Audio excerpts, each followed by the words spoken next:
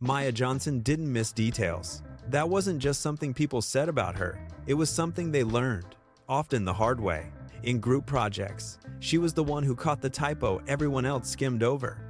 In conversations, she was the one who remembered a throwaway comment from 3 months ago. Her mind worked like a quiet, diligent archivist, filing away every shift in tone, every flicker of expression, every word that was spoken, and, more importantly, every word that wasn't. That was one thing everyone knew about her. She noticed tone changes. The way a simple "I'm fine" could carry exhaustion, irritation, or hidden sadness. She noticed small pauses, the kind of hesitation that happens when someone is choosing between a lie and a truth they aren't ready to tell. She noticed the way someone said something, the emphasis, the rhythm, the slight crack in their voice, or didn't say anything at all, letting silence speak in ways words never could.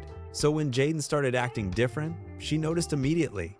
Not because she was looking for a problem, not because she was insecure or suspicious by nature, but because she knew him. She knew the shape of his habits, the sound of his attention, the way he existed in her orbit when things were right. And when that shape began to blur, her mind didn't have to search for the change. It announced itself. At first, it was subtle. Too subtle for anyone else. A friend sitting nearby wouldn't have caught it. His own family probably thought he was the same as always. But Maya's perception didn't work on a scale that other people could see. She felt the shift the way a musician hears a single wrong note in a symphony. But not for her. It started with the texts. Jayden used to reply fast. In the early months of their relationship, his responses were almost immediate, as if he kept his phone in his hand just in case she reached out. Even after they settled into something more comfortable, even after the initial rush of new love had mellowed into steady companionship, his replies remained reliable. Not instantly. He had a job, a life, hands that couldn't always type but consistently, a rhythm, a promise, unspoken but felt.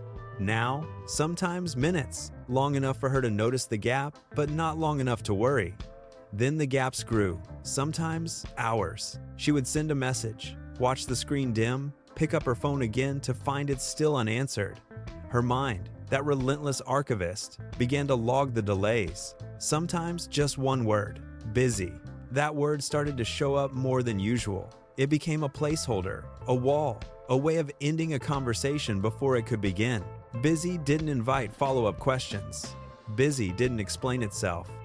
Busy was a door closing, softly but firmly, and Maya felt the draft. Maya stared at her phone one afternoon. She was sitting on her apartment couch, a half-empty cup of tea growing cold on the table beside her. The screen glowed with their conversation history, her longer messages, his shorter ones. She scrolled back, watching the pattern change, like a weather system shifting. "Maya, you good?" She typed it casually, but her thumb hovered before sending. She already knew the answer wouldn't satisfy her, but she asked anyway, because that's what you do when you love someone. You ask even when you're afraid of the answer. A few minutes passed, then Jayden, "Yeah, just busy." She frowned slightly.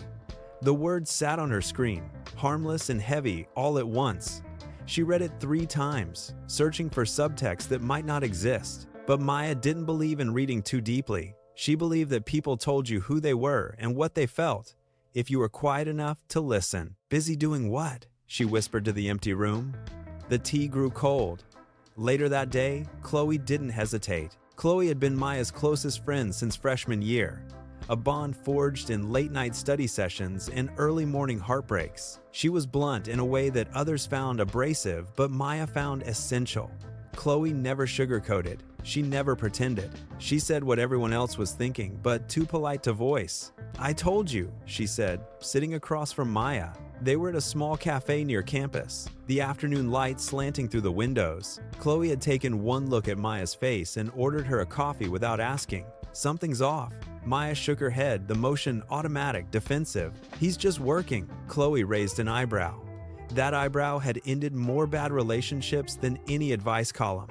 "Since when does working mean ignoring you?" Maya looked away. Outside, people walked past in the golden light, laughing, arguing, living their ordinary lives. She felt disconnected from all of it, suspended in a small pocket of uncertainty. "He's not ignoring me," she said, but the words came out softer than she intended.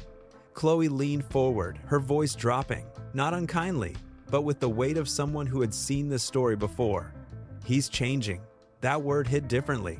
Changing. It wasn't the same as busy. It wasn't the same as distracted.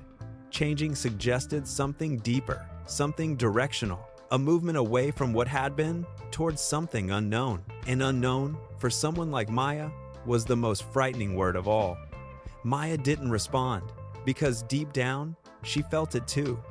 Ava sat quietly beside her. Unlike Chloe, Ava was soft, where her friend was sharp. She spoke in gentle tones and asked questions rather than delivering verdicts. She was the balance to Chloe's fire, the calm water that made the sharp edges bearable. "Have you talked to him?" she asked gently. Maya sighed, the sound carrying months of unspoken worry. "Not really. Why not?" Maya hesitated. The truth wasn't comfortable, and she wasn't sure she wanted to say it out loud. But Ava had a way of making honesty feel safe. "Because I don't want to sound insecure." Ava smiled softly. She reached across the table and placed her hand over Maya's. "Talking isn't insecurity, it's clarity." Maya nodded slowly. She knew Ava was right. She had known it before the words were spoken, but knowing and doing were separated by a canyon of fear. "I know," but she still didn't talk to him. That night, Maya and Jayden sat together. Same couch, same space, the same apartment where they had spent countless evenings watching movies, ordering takeout, falling asleep with her head on his shoulder. Everything looked the same. The pillows were in their usual places. The lamp cast its familiar warm glow. But something felt different. Jayden was on his phone again, scrolling, typing, stopping, then locking it, unlocking it, scrolling again. The rhythm of his attention was fractured, pulled somewhere else, somewhere she couldn't see. Maya watched him carefully. She studied the way his thumb moved across the screen, the slight furrow in his brow, the way he didn't glance at her even when she shifted beside him. "You're quiet," she said. Jayden didn't look up, just tired. She nodded slowly. "Okay." Silence, heavy, uncomfortable, the kind of silence that fills a room like smoke, impossible to ignore, impossible to breathe through. Maya shifted slightly. "You've been busy a lot lately." Jayden shrugged. The gesture was so casual, so dismissive, that it stung more than any harsh word could have. "Yeah, that's it?" she asked. "What do you mean? That's all you're going to say?" Jayden finally looked up. His eyes met hers, but something behind them was distant, guarded. "What do you want me to say?" Maya paused. The question felt like a test she hadn't studied for. "I don't know. Something real?" That landed. For a moment, something flickered across his face. Guilt? Fear? Exhaustion? She couldn't tell. But instead of opening up, instead of stepping into the space she had just created, Jayden leaned back. "I told you, I'm just busy." Maya looked at him, really looked, and something didn't feel right. Not his words, his energy. Later that night, Maya lay in bed, staring at the ceiling. The apartment was dark except for the faint glow of her phone charging on the nightstand. Jayden had gone home hours ago, but his presence lingered in the silence, in the unanswered questions, in the weight pressing against her chest. Her thoughts were louder than ever. He's not the same. She replayed every recent moment, every short reply, every distraction, every pause that lasted a beat too long. Her mind, that faithful archivist, had compiled an entire dossier of evidence. She didn't want to believe it. She wanted to be wrong. And the question kept coming back. Is he losing interest? The next day, she saw something she couldn't ignore. They were sitting in his car, parked outside her apartment, a quick lunch between his meetings. He had been distracted again, answering messages while she talked. She had stopped mid-sentence, watching him. And then, it happened. Jayden's phone lit up, just for a second, but she saw the name. Unknown. Her heart dropped instantly. The word glowed on the screen, innocuous and devastating all at once. Unknown. Not a friend, not a family member, not a coworker whose name she would recognize. Unknown? She didn't say anything. Her training as an observer kicked in, and she kept her face neutral, her voice steady. But everything inside her changed. The ground beneath her certainty shifted, cracked, gave way. Later, she called Chloe. "Okay, now I'm worried." Chloe didn't hesitate. "Good, you should be." Maya sighed, pressing her palm against her forehead. "I don't want to assume the worst." Chloe's voice sharpened, not with anger, but with urgency. "Then don't assume. Find out." Maya stayed quiet. because this time she didn't argue. Ava called later, her voice as calm and steady as always. "Talk to him," she said. Maya closed her eyes. She could feel the conversation approaching like a storm, inevitable and necessary. "I will." And this time, she meant it. That evening, Maya sat across from Jayden again, but this time, she wasn't going to stay quiet. "We need to talk," she said. Jayden looked up immediately, his phone still in his hand. "About what?" "About you." He frowned slightly. "What about me?" "You've been different." He leaned back, the defensive posture she had come to recognize. "I haven't." Maya shook her head. "Yes, you have." Silence. Then she said it. "You're distant, you're distracted, and you're not telling me why." Jayden exhaled slowly, a long breath that seemed to cost him something. "You're overthinking." That word triggered something. Maya's expression changed. The softness left her face, replaced by something harder, more certain. "I'm not overthinking. I'm noticing." Another silence. Tense. Sharp. The air between them felt electric, charged with everything unspoken. "Then, who is unknown?" she asked. Jayden froze. Just for a second. A fraction of a moment. But she saw it. The way his shoulders tensed, the way his eyes flickered away and back, the way his breath caught, and that was enough. "Why are you looking at my phone?" he asked, his voice rising slightly.